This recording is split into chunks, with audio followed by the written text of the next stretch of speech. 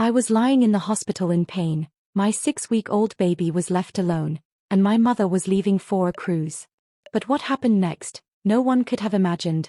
When a wave of pain rose from my abdomen and reached my chest, I gripped the bed rail tightly. The monitor's beeping was stabbing my ears. The nurse said, "Breathe in and let it go, okay?" But only one question kept echoing in my mind. Where is my baby?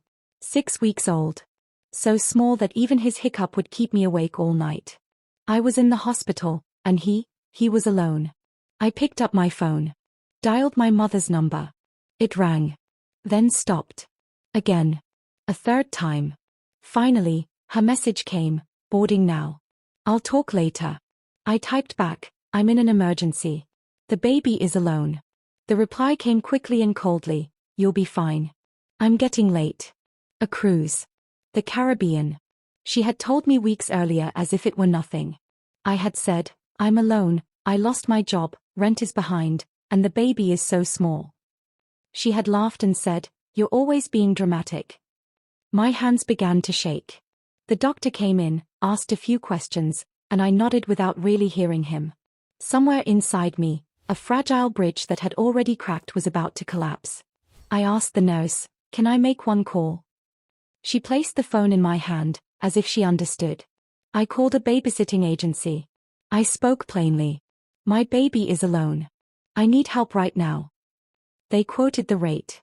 I closed my eyes and gave my card number. Then I messaged my neighbor, Jane. "Can you open the door?"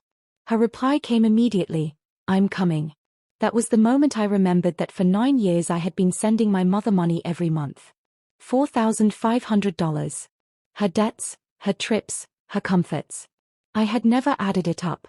I just kept sending it. Maybe that was why she believed I always would. As the pain in my abdomen eased, the anger grew, clear, cold, solid. I opened my banking app. Turned off the auto payment. Pressed confirm. The screen read, "Cancelled." For the first time, my breathing became steady. That evening, my mother called. There was noise in the background, laughter, announcements. "What happened?" Her voice carried irritation, not concern. I said, "I'm in the hospital. I arranged a nanny for the baby." She said, "See? Everything worked out." I replied, "Yes." And I stopped the payments. Silence followed. Then she said, "You can't do that." I said, "I already did." She didn't scream. She just said, in a flat tone, "You're selfish." I ended the call. The next day I was discharged. Jane drove me home. The nanny was sitting on the couch, my baby asleep in her arms. Seeing the gentle rise and fall of his chest filled my eyes with tears. I took him. His scent, his warmth, I was back on solid ground. 2 days later, long voice notes from my mother arrived. I didn't listen. Then emails. Then a letter. I called a lawyer.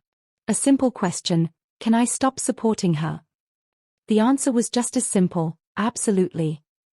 Weeks passed. I took temporary work. I stayed up nights with the baby.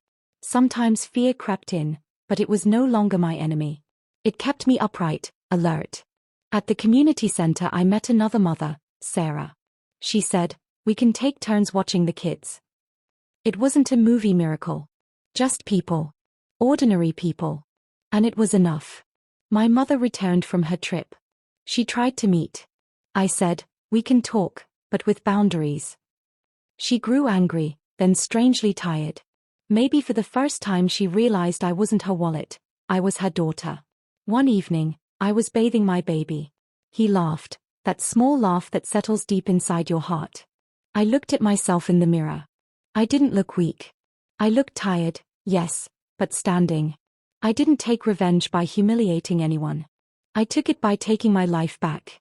By stopping the money, setting boundaries, and accepting that my responsibility comes first to my child, then to myself. Sometimes my mother messages. Sometimes I reply, sometimes I don't. That, too, is a choice. And it's mine. That night, when the house was quiet and rain tapped softly against the window, I held my baby to my chest and thought, big miracles don't make noise.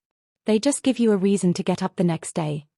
If this story moved you, Please take a moment to like the video and subscribe to the channel. It truly helps these real stories reach others who may need them. Thank you for listening with an open heart, for your support, and for being part of this growing community. Your time means more than you know.